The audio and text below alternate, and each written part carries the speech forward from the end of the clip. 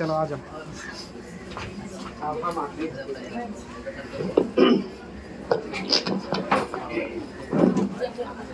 इधर से कोई आएगा तो उधर से बोलना आने के लिए, ठीक है? इधर से नहीं आने देगा। चलो 15-20 मिनट के अंदर में इसका हम लोग रिवीजन करेंगे, ठीक है? अध्याय 1 हमारी अर्थव्यवस्था, ठीक है?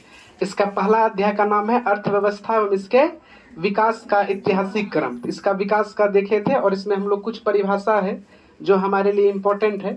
हाँ, जिसमें से देखो पहला परिभाषा क्या है कि जैसे प्रमुख परिभाषाएं में पहला अध्याय में पहला परिभाषा आता है उपनिवेश। क्या चीज आता है? उपनिवेश, ठीक है? और उपनिवेश का अर्थ क्या होता है? जब किसी मजबूत राष्ट्र के द्वारा किसी कमजोर देश पर अपना शासन स्थापित किया जाता है, ठीक है? अब कोई मजबूत देश है, उसके द्वारा किसी अन्य देश पर अपना शासन स्थापित किया जाएगा तो उसको क्या कहेंगे? उपनिवेश, ठीक है? और इसके उदाहरण में हम कहेंगे जैसे भारत पर किसका उपनिवेश स्थापित था? ब्रिटेन का, ठीक है? भारत ब्रिटेन का उपनिवेश था, ना कि ब्रिटेन भारत का।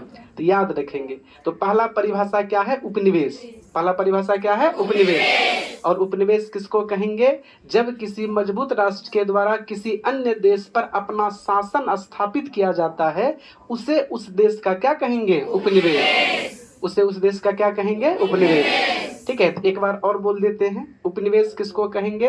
किसी मजबूत राष्ट्र के द्वारा किसी कमजोर देश पर या किसी अन्य देश पर अपना शासन स्थापित किया जाता है, उसे उस देश का उपनिवेश कहते हैं।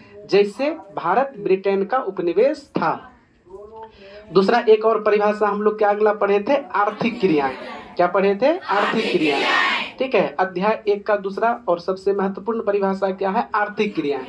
इकोनॉमिक्स सीखने से पहले कुछ ऐसा टॉपिक होता है जिसके बारे में जानना बहुत जरूरी है, ठीक है? इकोनॉमिक्स सीखने से पहले कुछ ऐसा सीखना जरूरी है। जैसे पहला है आर्थिक क्रियाएं। तो किसको कहेंगे? तो सिंपल सा बात इसमें क्या पढ़े थे कि किसी कार्य के बदले में जो हमको आय प्राप्त होती है उसे क्या कहेंगे? आर्थिक क्रियाएं। कोई भी काम करेंगे, कोई भी काम, और काम लीगल होना चाहिए, इलीगल नहीं होना चाहिए, ठीक है? कोई भी कार्य करने के बाद हमको जो आय प्राप्त होती है उसी को क्या कहते हैं? आर्थिक क्रिया, ठीक है? जैसे अभी हम पढ़ा रहे हैं, ये क्या है? आर्थिक क्रिया। और विद्यार्थी जैसे पढ़ रहे हैं, ये आर्थिक क्रिया नहीं है, ठीक है? तो कोई आदमी ऐसा, जैसे इसमें कई उदाहरण ले सकते हैं। जैसे घर में कोई आदमी रसोई में खाना बना रही है, अपने घर में बना रही है तो आर्थिक क्रिया नहीं हुआ, लेकिन वही आदमी किसी दूसरे के घर में खाना बनाएगी तो क्या हो जाएगा? आर्थिक क्रिया। क्या हो जाएगा? आर्थिक क्रियाएं। तो इसमें हम लोग सिंपल सा बात पढ़े थे कि आर्थिक क्रियाएं किसको कहेंगे? किसी कार्य के बदले में, किसी भी कार्य को करने के बाद जो हमको आय प्राप्त होता है उसको हम क्या कहते हैं? आर्थिक क्रियाएं। आय मिलना चाहिए तब कहेंगे आर्थिक क्रियाएं। अब काम किए, कुछ नहीं मिला। जैसे घर में कोई आदमी अपने ही घर में अपना खाना बना रही है तो क्या उसको आर्थिक क्रिया कहेंगे? नहीं कहेंगे। लेकिन वही आदमी किसी दूसरे के घर में जाके खाना बनाए तो क्या कहेंगे? आर्थिक क्रिया। उसके बाद अगला एक बहुत शानदार टॉपिक था अर्थव्यवस्था की संरचना एवं ढांचा। अब कहता है अर्थव्यवस्था का क्या स्ट्रक्चर है, ठीक है? तो अगला स्ट्रक्चर में जब हम लोग देखते हैं तो इसको 3 भागों में, कितने भागों में? 3 भागों में, ठीक है? एक है प्राथमिक क्षेत्र, एक है द्वितीय क्षेत्र और एक है तृतीय क्षेत्र, ठीक है? और इससे कई बार ऑब्जेक्टिव पूछा गया है, कई बार, और इस तीनों से कई बार एग्जाम्पल के आधार पर पूछ देगा। परिभाषा नहीं पूछेगा लेकिन एग्जाम्पल पूछ देगा। अर्थव्यवस्था को कितने क्षेत्रों में बांटा गया है? 3, ठीक है? संरचना के आधार पर इसका 3 स्ट्रक्चर है। एक है प्राथमिक क्षेत्र, दूसरा है द्वितीय क्षेत्र और तीसरा क्या है? तृतीय क्षेत्र, या इसको क्या कहते हैं? सेवा क्षेत्र, ठीक है? प्राथमिक क्षेत्र को कृषि क्षेत्र भी कहा जाता है, द्वितीय क्षेत्र को औद्योगिक क्षेत्र भी कहा जाता है और तृतीय क्षेत्र को क्या कहते हैं? सेवा क्षेत्र, ठीक है? अब प्राथमिक क्षेत्र किसको कहेंगे? तो सिंपल सा बात है, ठीक है? ऐसा चीज जो, ठीक है, कृषि के माध्यम से या उत्पादन का प्रथम शर्त हो, ठीक है? जो उत्पादन किया जाता है, या दूसरे भाषा में कहेंगे कच्चा माल, हाँ, जो किसान के द्वारा है, जैसे कृषि है, मत्स्य पालन है, ठीक है? हाँ, खेती करना है, ये सब चीज किसमें आता है? प्राथमिक क्षेत्र में। इसमें आता है प्राथमिक क्षेत्र में, ठीक है? इसीलिए प्राथमिक क्षेत्र को क्या कहा जाता है? कृषि क्षेत्र। क्या कहा जाता है? कृषि क्षेत्र।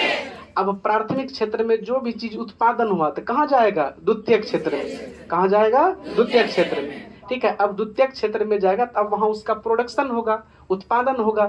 जैसे हम लोग चिप्स खाते हैं, ठीक है? आलू चिप्स खाते हैं तो आलू कहाँ उत्पादन होता है? खेत में, किसान के माध्यम से, वो क्या हो गया, प्राथमिक क्षेत्र है। और उसी चीज को जब हम उद्योग में भेज देंगे तो वहाँ क्या बन जाता है, चिप्स, पैकेटिंग हो गया। ठीक है, तो इसीलिए द्वितीय क्षेत्र को क्या कहा जाता है, औद्योगिक क्षेत्र। ठीक है, या व्यवसायिक क्षेत्र, या इसको क्या कहेंगे, व्यवसायिक क्षेत्र। यहाँ प्रोडक्शन बनता है। ठीक है, और तीसरा क्या आता है, तृतीय क्षेत्र या सेवा क्षेत्र। ठीक है, या इसी को कहा जाता है टर्शियरी सेक्टर, या इसी को कहते हैं सर्विस सेक्टर। क्या कहते हैं, सर्विस, सेवा। ठीक है, तृतीय क्षेत्र या सेवा क्षेत्र। अब इसमें क्या होता है कि प्राथमिक और द्वितीय क्षेत्र के अंतर्गत तृतीय क्षेत्र दोनों को सेवा प्रदान करता है। जैसे हम दोनों से उदाहरण देते हैं, जैसे किसान को खेती करना है, उसको पैसे की आवश्यकता है, तो कहाँ जाएगा, बैंक। बैंक से क्या लेने जाएंगे, लोन। तो लोन मिलेगा वह खेती करने के लिए, तो बैंक उसको क्या दिया, सेवा। बैंक उसको क्या दिया, सेवा। बैंक उसको क्या दिया, सेवा। इसीलिए उसको क्या कहेंगे, सेवा क्षेत्र। इसलिए उसको क्या कहेंगे, सेवा क्षेत्र। ठीक है, उसके बाद और जैसे उदाहरण देते हैं। ठीक है, अब किसी आदमी को पैसा कहीं जमा करना है, निकासी करना है, कहीं भेजना है, उसको कहाँ जाना पड़ता है, बैंक। ठीक है, या सरकार के द्वारा रेलवे का जो इतना बड़ा परिवहन का ये करा जा रहा है, फिर जाकर के परिवहन व्यवस्था में इतना चीज किया जा रहा है, ये सब किसके अंतर्गत, सेवा क्षेत्र। ठीक है, तो इसमें भी कुछ कुछ उदाहरण आता है। ठीक है, ठीक है, अगला बात इस अध्याय में और क्या देखते हैं। ठीक है, विश्व में 3 प्रकार की अर्थव्यवस्था पाई जाती है। कितने प्रकार की, 3 प्रकार की। ठीक है, और यह जो है अर्थव्यवस्था के प्रकार में, type of economy, type of economy. ठीक है, कोई पूछेंगे बताइए अर्थव्यवस्था के कितने प्रकार है, कितना प्रकार है, 3। कितना प्रकार है, 3।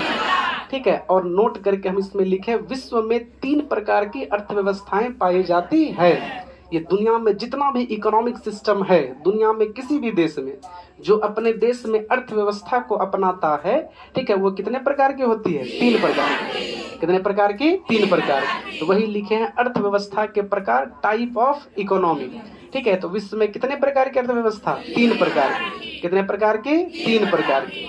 ठीक है, और पहला का नाम क्या है, पूंजीवादी अर्थव्यवस्था। कैसा अर्थव्यवस्था, पूंजीवादी।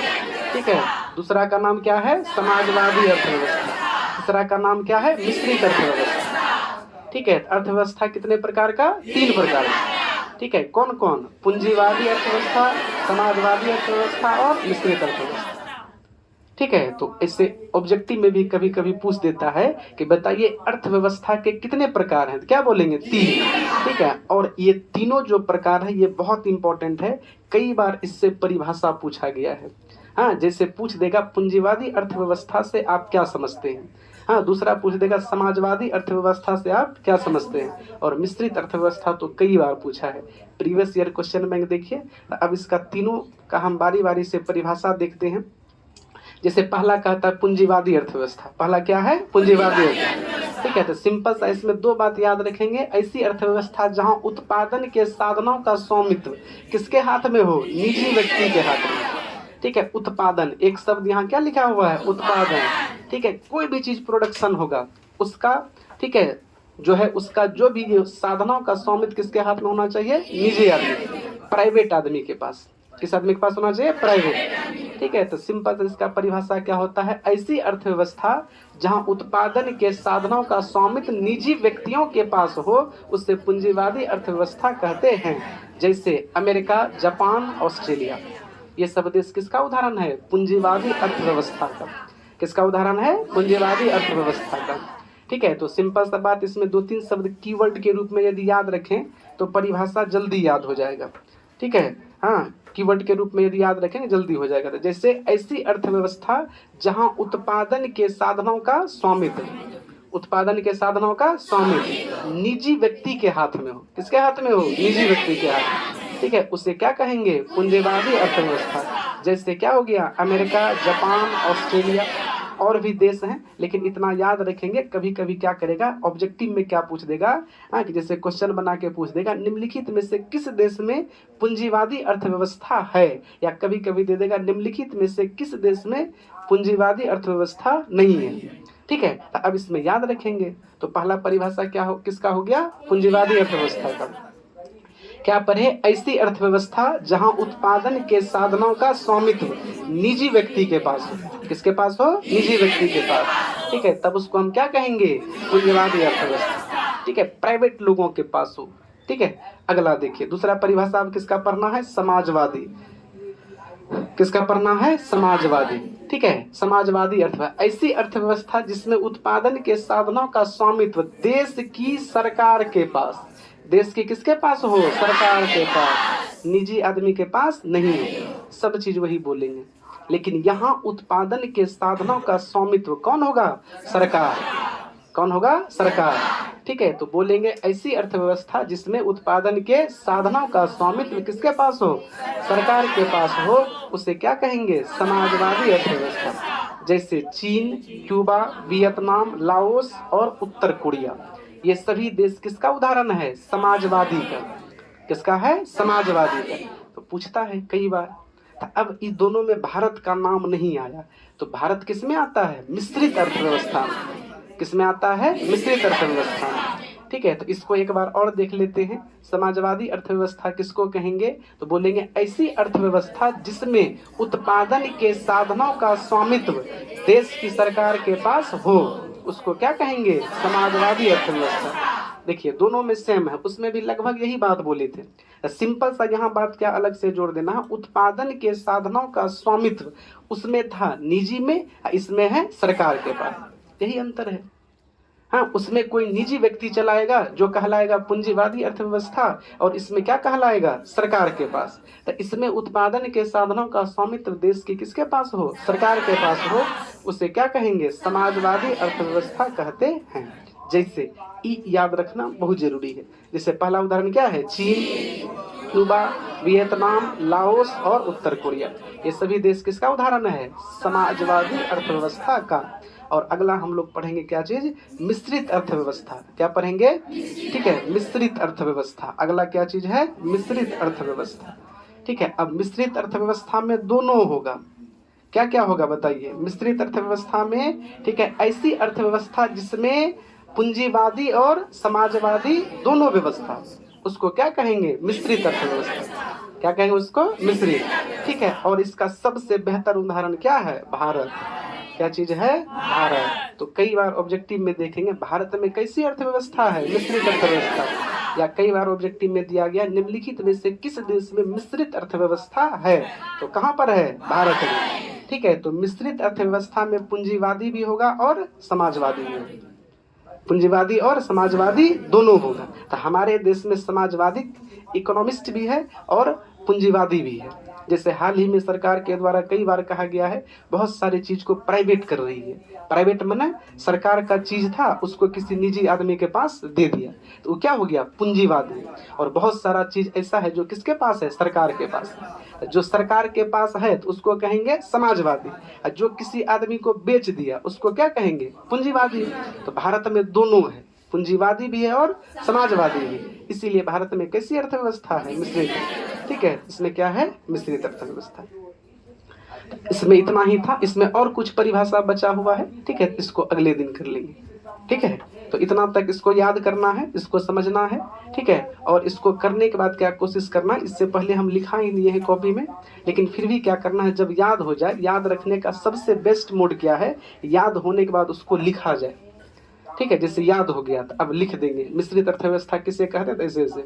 ठीक है, फिर समाजवादी व्यवस्था क्या है तो उसके सामने में से लिखेंगे। ठीक है, तब जाकर के क्या होगा? लंबे समय तक याद रहेगा। ठीक है, और इकोनॉमिक्स में लगभग 10 से 12 नंबर का बिहार बोर्ड में पूछेगा। यदि ऑब्जेक्टिव को भी साथ में लेके चले और सब्जेक्टिव को भी साथ में लेके, तो लगभग पूछता है 20 से लेके 25 नंबर। 20 से लेके 25। जैसे ई तो फिक्स है, 3 को 2 अंक वाला पूछेगा और 1 को 4 अंक वाला पूछेगा, 3 दूना 6 और 4 10। और ऑब्जेक्टिव में यदि 10 से 15 भी पूछ दिया तो 10 15 कितना हो गया? 25। तो 20 से 25 मान ही सकते हैं। ठीक है, और उसमें ये सब परिभाषा बहुत इंपॉर्टेंट है। ठीक है, और 2 अंक वाला में परिभाषा कई बार पूछा गया है। ठीक है, आय किसे कहते हैं, राष्ट्रीय आय किसे कहते हैं, कई बार जीडीपी क्या है, सकल घरेलू उत्पाद क्या है, सकल घरेलू उत्पादन क्या है, कई सारे परिभाषाएं पूछे जाते हैं। ठीक है, तो इसका मतलब इकोनॉमिक्स हमारे लिए बहुत इंपॉर्टेंट है और इसमें कम से कम 20 से 25 नंबर हमसे पूछा जाएगा। ठीक है, तो इस परिभाषा को पढ़े, अगले दिन फिर से इसी में से और यदि कुछ छूटा हुआ तो वो करवा देंगे, फिर इसके बाद अगला दिन। ठीक है, चलो कर दो बंद।